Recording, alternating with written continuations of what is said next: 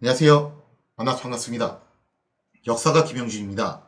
선조실록 제11부 천지를 뒤흔든 정유립 모반 사건이란 주제를 가지고 오늘 함께 할까 합니다. 1584년 2월 한 시대를 풍미한 거인이었던 율곡이이가 세상을 뜨게 되었죠.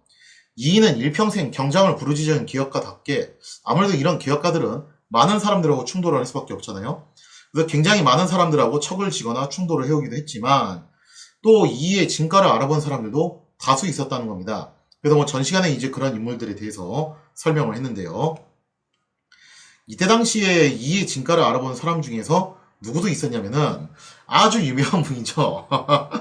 어떻게 보면 이제 역사보다도 문학 시간에 더 유명하신 분인데요. 바로 문학의 대가인 송강, 정철이 이이의 진가를 알아본 사람 중에 하나였습니다. 그래서 정철은 이이와 굉장히 오랜 세월 동안 벗으로 지내왔다는 겁니다. 정철의 누이 두 사람이 각기 인종의 귀인 그리고 계림군의 부인이 됐어요. 나름 어떻게 보면은 로얄 패밀리에 입성을 한 셈이죠. 그래서 굉장히 이제 지체 높은 집안의 자제로 지내게 됐다는 건데, 이거 뭐 금수저인 셈이에요. 하지만 그 금수저 생활이 오래가지 못하는데 을사사화가 터지게 되면서 계림군이 죽고 정철의 부친 또한 유배에 처해지게 되면서 정철의 인생에도 불행이 찾아오게 됩니다. 다만 이 불행이 아주 오래가지는 않았던 게 얼마 지나지 않아서 정철의 부친은 유배에서 해지가 됩니다.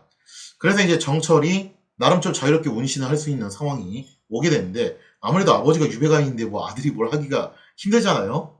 근데 이때 당시 정철은 곧바로 이제 한양으로 가서 뭘 하질 않고 호남의 대학자였던 김인수를 찾아가서 공부를 하면서 27세에 무려 장원급제를 하게 됐습니다. 이런 걸 놓고 보면은 정철이 공부 머리 자체는 굉장히 타고났던 것 같아요. 정철은 아시다시피 문학가로서 천재적인 기질을 가진 인지답게 관동별곡, 삼이인곡, 송미인곡, 성산별곡, 장신주사, 장신주사가 바로 그 유명한 그거죠. 한 잔 먹세 그려, 두 잔 먹세 그려. 그게 바로 이건데, 정말 이렇게 기라성 같은 수많은 작품들을 남겼습니다. 물론 이런 엄청난 작품을 남기기도 했지만 아시다시피 현대 대한민국 수많은 수험생들한테 원망을 자아내는 인물이기도 하죠. 저도 학창 시절에 저거 관동별곡 공부하면서 와, 저게 진짜 보통 일이 아니다라는 것을 좀 많이 느꼈는데요. 이처럼 정철은 문학사 쪽으로 봤을 때 굉장히 훌륭한 문학의 대가인 건 분명합니다. 이 점에 있어서는 뭐 이론의 여지가 없는데, 그런데 이제 그 못지않게 굉장히 괴팍한 성격과 특히 요거 아마 조선 역사를 대표하는 술꾼 중에 한 명일 겁니다. 왕 중에서는 정조가 정말 대단한 주상이었고, 일반 신하들 중에서는 뭐 여러 사람들이 있긴 있지만 그 중에서도 역시 정철이 탑 안에 들어가는 인물이라고 볼 수가 있겠죠. 그래서 이 술 문제 때문에 정말 숱한 말썽과 문제를 일으킨 것으로 악명을 떨치게 되었다는 거죠. 당대 수많은 지식인들은 정철이 지나치게 술을 좋아한다, 단순히 술을 좋아하는 정도가 아니라 저것 때문에 술에 취해 있어가지고 일을 똑바로 안 한다, 그래서 업무 태만이다, 이런 지적을 정말 많이 합니다. 당시 정철하고도 친분이 있었던 사람이 누가 있었냐면은 정말 참 대단한데, 정파는 다르죠. 동인 측에 이제 속해 있는 인물이었던 그 유명한 류성룡. 이 류성룡 같은 경우 정철하고 상당히 친분이 있는 사이였어요. 류성룡 같은 경우도 정말 성격이 좋고 대인배로 소문이 났는데, 그 류성룡마저도 정철의 술버릇에 대해서는 그야말로 넌더리를 칠 정도로, 그 정도로 정철의 주사가 굉장히 심각했다는 것을 알 수가 있습니다. 실제로 정철이 지나친 음주를 하는 것에 대해서 걱정을 했던 선조는 정철에게 은으로 만든 술잔을 하사를 하게 됩니다. 유명한 일화죠. 그래도 이 잔으로 하루에 한 잔씩만 마셔라 라고 그렇게 했다라는 거예요. 자, 그러자 정철, 이게 웬 날벼락인가 싶은 거죠. 아니, 이런 엄청난 술꾼한테 저걸로 하루에 한 잔 이상 마시지 마라. 이건 정말 받아들이기 힘든 내용이잖아요. 그래서 정철이 이 술잔을 망치로 두들겨서 크기를 넓혔다라는 거의 뭐 전설 같은 일화가 전해져 내려오고 있죠. 다만 이 부분에 대해서는 좀 이제 의문이 드는 것은 요건데, 왕이 하산 물건이에요. 거기다 감히 망치질을 한다. 이거 좀 무사하기 힘들겠죠. 그래서 아마 망치질 한 거는 실제로 그렇게까지는 안 하지 않았을까. 오죽했으면 저런 이야기가 다 돌겠냐, 뭐 이런 식으로 접근하는 게 제가 볼 때는 맞는 해석인 것 같습니다. 정철은 술을 좋아하는 만큼이나 성격도 정말 참 특이했는데 일단 과격합니다. 그리고 말도 굉장히 직설적으로 나가는 스타일이에요. 거기다 이제 술 한잔 드시면 이게 더 심해지는 거죠. 정철은 이제 세상의 이치를 정말 흑이나 백, 정 아니면 반 이런 식으로 나누는 경향이 있어가지고 그런 이분법적인 성격을 가지고 있었기 때문에 굉장히 좀 이제 직설적인 화법들을 많이 썼죠. 그래서 배타적인 성격도 강했던 거예요. 여기에다가 심각한 알코올 중독자라는 점까지 부과되면서 그야말로 분기 일학의 성격 파탄자가 되고 말았다는 겁니다. 실제로 정철 본인도 자신의 성격이 괴팍하다는 것을 인지는 했던 것 같아요.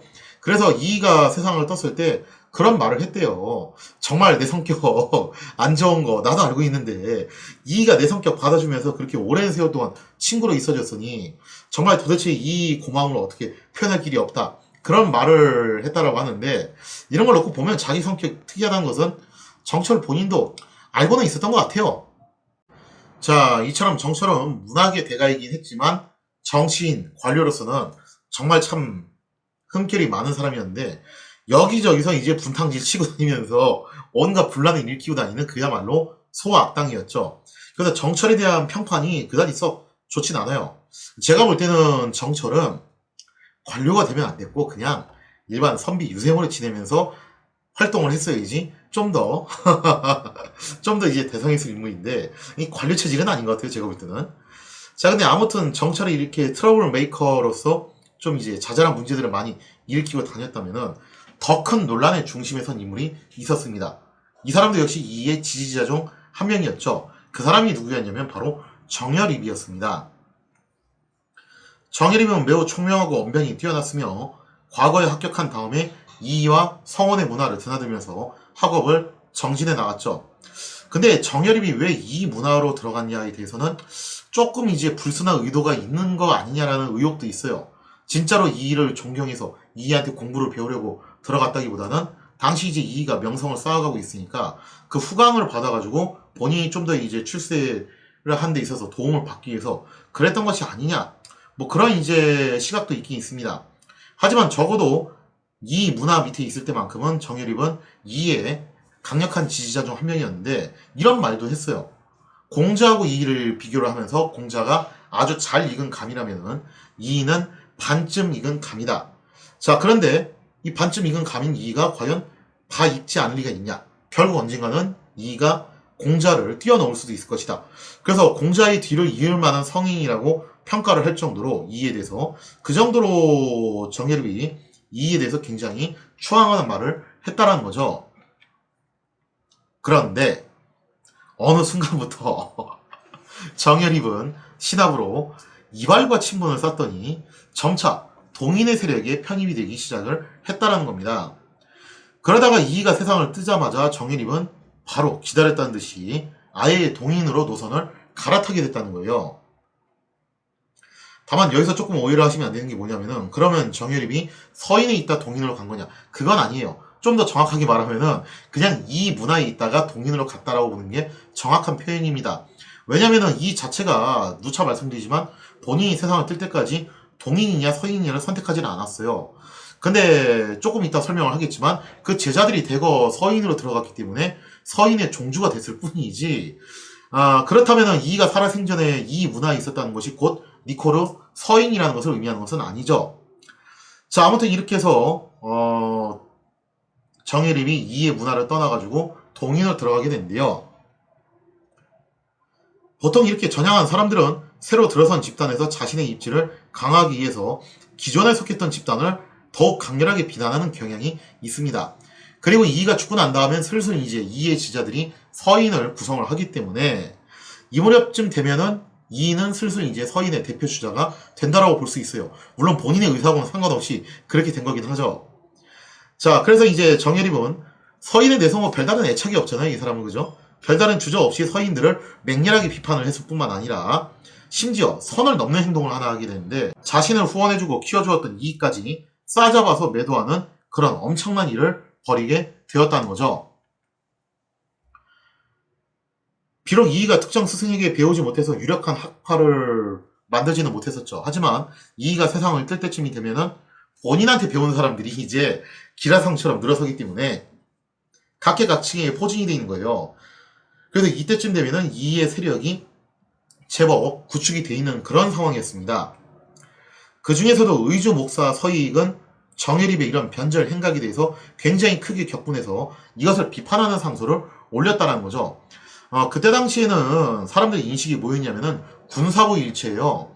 그러니까 스승을 부모하고 임금하고 거의 동일시 여기는 오늘날의 학교 선생하고는 비교가 되지 않을 정도의 위상을 가지고 있었다는 겁니다. 그런데 지금 정예립이 자신을 키워주고 케어해주고 했던 이이가 죽자마자 동인 측에 달라붙었을 뿐만 아니라 거기까지 한 것도 사실 좀 서운한 행동인데 한 발 더 나가서 이이를 까는 말을 갖다가 대놓고 했다는 거예요. 이거는 당시에 굉장히 좀 문제가 많은 행동일 수밖에 없었죠. 그래서 결국에는 참지 못하고 서익이 여기에 대해서 이제 비판하는 상소를 올린 건데요. 자, 어쨌든 동인 입장에서는 이러니 저러니 해도 정예립이 자신들의 패밀리가 됐죠. 그러니까 당연히 어떻게 됩니까? 자기 식구는 좀 감싸줘야 되잖아요. 자, 그래서 이제 지지 않고 역공을 가는데 역시 이 시대에 진짜 동인들 단골 메뉴는 기승전, 심의겸 이쪽으로 가더라고요. 또다시 심의겸을 탄핵하는 공세로 나가게 됩니다. 논리가 이거였어요. 지금 가만 보니까 이이가 끝까지 소인배인 심의겸을 옹호했기 때문에 이런 붕당의 화가 생긴 거 아니냐. 그래서 정예립이 이이를 비판했던 것이다. 그게 무슨 문제가 있냐. 이런 식으로 이제 이이를 심의겸하고 같이 도매급으로 묶어가지고 날려보내는 방식으로 심의겸 탄핵을 펼치게 되었던 거죠. 1585년 9월 무렵. 자, 그렇다면 이제 선조는 이 주장에 대해서 어떻게 반응을 했을 것이냐. 분명히 선조는 이이를 참된 군자라고 하면서 굉장히 존중을 했잖아요. 자, 사료의 내용을 보면 이렇습니다.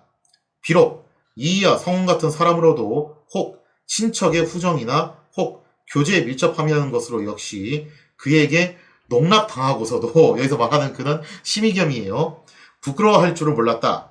시비가 전도되고 국세가 흔들린 지가 거의 10여 년 이상 오래되었으므로 조정이 안정되지 못하고 사론이 서로 갈라져 점차 구제할 수 없는 지경에 이르렀다. 그러니까 정말 놀랍게도 선조는 이런 식으로 얘기를 한 거예요. 심의겸이 붕당을 결성한 혐의가 있음에도 불구하고 이이가 사적인 정으로 계속 이것을 옹호했으니 결국 이이는 심의겸에게 농락을 당한 것이고 이이도 자금의 이런 붕당 상황에 대해서 화가 없다고 할 수 있겠냐. 이런 이이에 대한 비판 발언을 상당히 모질게 했다는 거죠. 자, 이게 진짜 선조의 특징인데요. 선조는 사실 진정으로 그 어떤 신하든 완벽하게 믿는 경우가 없습니다. 그나마 이이한테 가장 많은 정을 줬던 것 같은데 그것도 이이가 죽자마자 유통기한이 끝났던 모양이에요. 이제 뭐 쓸모가 없어졌다고 생각을 했는지 바로 말을 바꿔요. 살아생전에는 이이가 군자 중에 군자 그렇게 이제 평가를 했는데 이이가 세상을 뜨자마자 바로 말을 바꿔가지고 이이는 소인배들에게 농락당한 진짜 뭔가 좀 모자란 인간 이런 식으로 말을 바꿨다는 거예요. 선조의 이런 모습은요 정철, 유성룡한테도 계속 이제 적용이 됩니다. 정철한테도 뭐라고 이제 얘기를 하냐면은 한참 이제 정철을 총리할 때는 조정의 한 마리의 독수리다.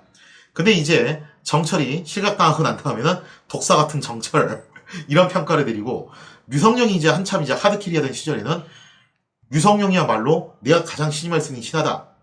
그렇게 말을 해놓고 나중에 이제 유성룡이 실각당할 때쯤 되면은 야 유성룡은 뭐 일을 시키면 똑바로 하는 게 없어. 이런 평가를 내렸다는 거예요. 자, 그래서 불과 얼마 전까지만 하더라도 이이를 진정한 군자라면서 축해 세웠던 선조가 그 사이에 입장을 바꿔가지고 이이가 소인배에게 놀아났다라면서 이렇게 비난을 퍼붓게 되었던 거죠. 결국 의주목사 서익의 상소는 혹을 때려다가 오히려 혹을 붙인 격이 되어버렸죠.